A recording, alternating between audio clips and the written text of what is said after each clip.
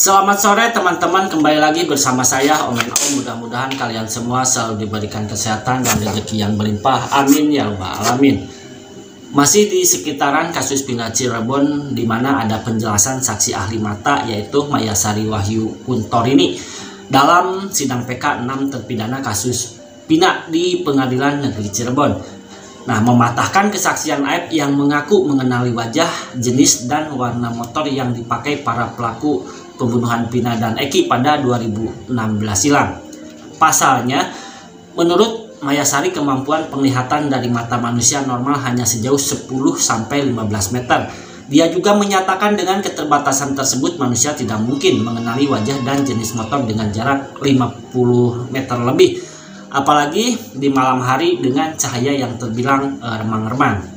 Hal itu dijelaskan Mayasari menjawab pertanyaan yang disampaikan anggota kuasa hukum 6 terpidana kasus Pina, yaitu Jutek Bongso. Nah, Mayasari menekankan dalam jarak 50 meter dengan cahaya yang kurang tidak mungkin seseorang bisa mengetahui aktivitas sekelompok orang. Nah, seperti kita ketahui, ditangkapnya para terpidana dalam kasus kematian Pina dan Eki karena kesaksian yang disampaikan oleh Aib kepada Ibtu Rudiana yang merupakan ayah dari korban Eki. Nah, kepada Rudiana, Aib mengklaim pada malam kejadian melihat aksi pelemparan dan pengejaran yang dilakukan para pelaku terhadap Pina dan Eki. Aib juga mengaku mengenali wajah seluruh pelaku, bahkan dia mengetahui jenis dan warna motor yang digunakan para pelaku. Nah, seperti apa videonya? Yuk kita simak. Let's go. Kalau dalam jarak katakan 50 meter, apalagi lebih ya. Nah, kalau 50 meter mungkin nggak seseorang bisa melihat aktivitas sekelompok orang dari kejauhan dengan cahaya yang kurang ya, lihat aktivitasnya sedang apa, melakukan apa, mungkin tidak menurut ahli? Tidak jelas ya, tidak terlihat. Tidak terlihat ya. Maksudnya apa yang dilakukan di situ tidak jelas terlihat. Tidak jelas tidak ya. Apalagi kalau kenyataannya 120 meter bahkan 150 meter ya. Iya. 50 meter saja sudah tidak terlihat ya. Iya, apalagi kalau penerangan kurang. Apalagi kalau penerangan kurang ya. Iya. Jadi tidak mungkin bisa dilihat ya. Nah, apalagi melihat kalau mukanya ada tencoplas gitu. Oh, tidak bisa. Mungkin dia pakai telepon kali ya, Ali. Ya, sehingga ada tencoplas di mukanya, dia bisa lihat. Jangan-jangan jerawatnya pun terlihat, mungkin pakai kaca pembesar dia mungkin. Iya. Oh ya, itu karena ada keterbatasan penglihatan ya kita untuk penglihatan yang jelas itu tadi. Ya, paling maksimal 10-15. Jadi tidak mungkin ya terlihat ya, sekali lagi ahli ya. Oke. Terlihat. Ya. Kita mau tanya lagi ahli.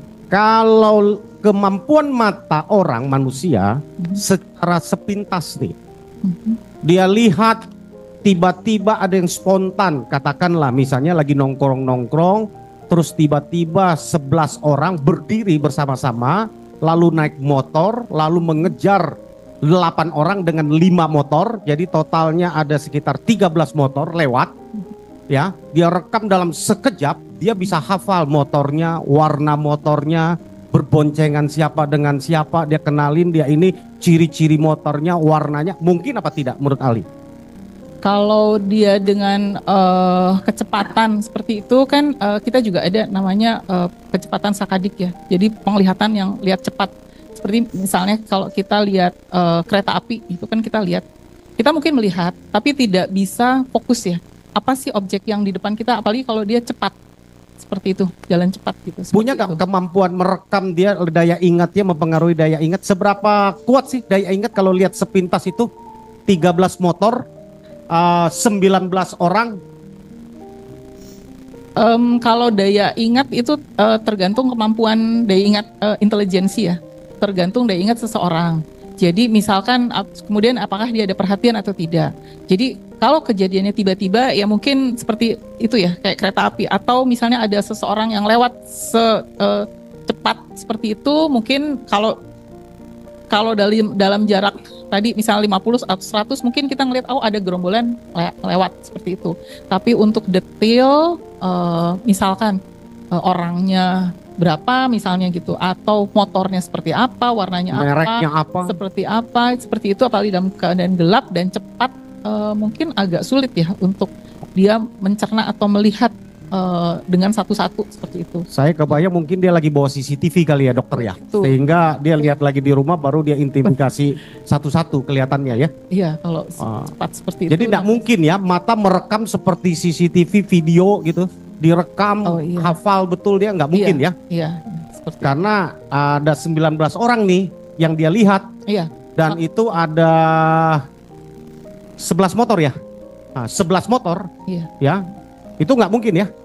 Nggak mungkin kalau satu-satu ya. Jadi kan mungkin yang dilihat adalah ada segerombolan orang dengan naik motor seperti itu lewat.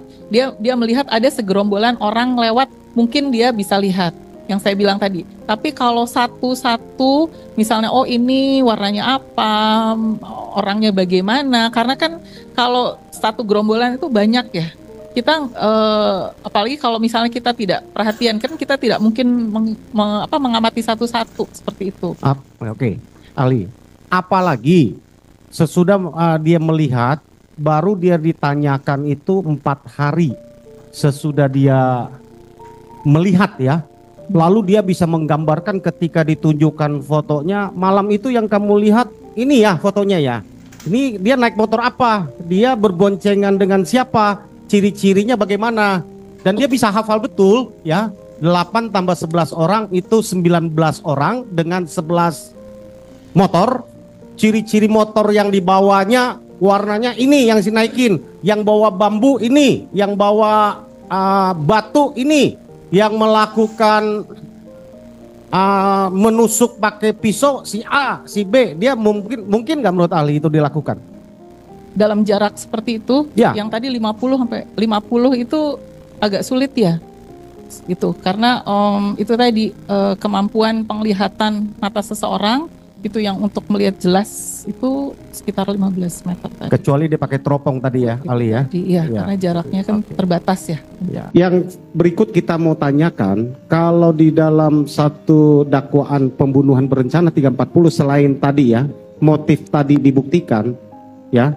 Tadi ada katakan tidak ada saksi, ya ada saksi lah yang melihat, kemudian saksi itu mencabut keterangannya, Ali, ya, bahwa peristiwa pertama itu yang menyaksikan adanya pembunuhan yang dituduhkan perencanaan 340 adalah akibat dari kesaksian 2 orang, ya, dari 2 orang yang menyaksikan melihat pembunuhan atau pengejaran, pembunuhan, penikaman dan lain-lain. Kemudian di dalam dakwaan ada juga 1 orang yang juga turut katanya menyaksikan yang dihadirkan di sidang. Di dalam laporannya itu sebenarnya yang mendampingi korban itu mereka nggak hanya bertiga, ada 8 ahli, ada 8 orang di dalam laporannya. Kemudian di dalam laporannya juga LP, ya maksud saya di dalam laporan polisi, di dalam kronologisnya bahwa pesertanya atau pelakunya itu ada 11 orang. Ya. Yang dihadirkan di persidangan dari 8 orang itu hanya 1 orang. Ya, yang menyaksikan. Kemudian yang memberikan keterangan awal bahwa itu ada peristiwa pembunuhan berencana itu tidak pernah dihadirkan di persidangan. Bahkan 1 orang di antaranya yang menyaksikan awal itu sudah mencabut keterangannya di dalam persidangan PK ini.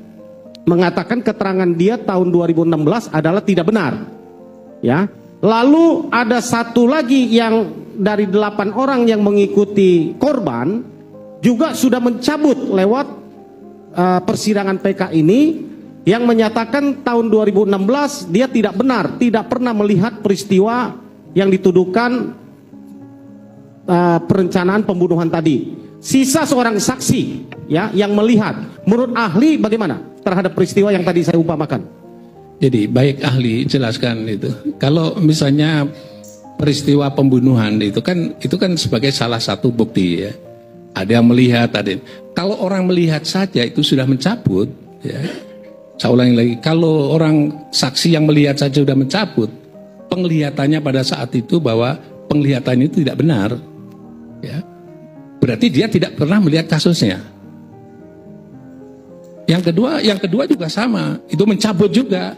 Berarti kalau dia mencabut, itu mesti ada alasan pencabutan itu berarti keterangannya itu tidak ada gitu. Jadi kalau 2-3 orang memberi keterangan kesaksian, yang 2 mencabut keterangannya disebabkan karena memang itu tidak ada, berarti keterangan yang satu itu tidak mungkin itu memberi keterangan yang benar. Ya. Menurut ahli berarti yang sama. Kalau ngomong dia adalah bahwa itu melihat begitu, yang 2 melihat sudah dicabut, berarti nggak mungkin yang satu melihat sendiri, ada peristiwa sendiri, yang sama-sama bertiga melihat itu. Ya. Jadi logika hukumnya berarti kalau yang 2 mencabut, pasti objeknya itu tidak pernah ada. Gitu. Tapi kalau yang satu itu menerangkan, yang kedua menerangkan, yang ketiga menerangkan, keterangan itu ada selisihnya berbeda dengan kondisi satu dengan yang lain, oh peristiwanya ada. Cuma dalam hal mengkonstruksi keterangan yang diberikan, perspektif yang berbeda-beda. Mungkin yang satu dari depan, yang satu dari samping, yang satu dari atas. Berarti itu ada peristiwanya. Gitu. Tapi kalau mencabut karena memang tidak ada, yang kedua mencabut karena tidak ada, pastilah yang ketiga itu memberi keterangan juga tidak ada peristiwanya. Ya. Jadi teknik menguji pembuktian menurut ahli seperti itu. Ya. Jadi kalau sudah mencabut karena pencabutan itu dengan alasan-alasan yang dibenarkan secara hukum, berarti apa yang diterangkan adalah nihil. Harus dipandang tidak ada, dan karena tidak ada, 2 orang tidak ada, 1 menjadi tidak ada. Ya, karena 1 saja tidaklah cukup. Karena apalagi ada pendampingan, yang kedua adalah ditarik ya, atau dibatalkan. Sehingga dengan demikian dapat disimpulkan bahwa peristiwanya pasti tidak ada di situ. Ya. Apalagi sampai sekarang tidak pernah memberi keterangan dan tidak pula memberi klarifikasi atau bentuk-bentuk yang lain. Gitu ya. Mudah-mudahan mendengar suara ini dia bisa memberi keterangan supaya kalau yakin ada, tolong buktikan peristiwa jam berapa, tanggal berapa, dan seterusnya. Dan bisa diajukan sebagai bukti-bukti, dikuatkan oleh bukti-bukti yang lain. Karena kalau hanya satu keterangan saksi tanpa ada bukti-bukti yang lain, dia adalah bukan keterangan saksi dan tidak dipakai sebagai alat bukti. Demikian keterangan ahli.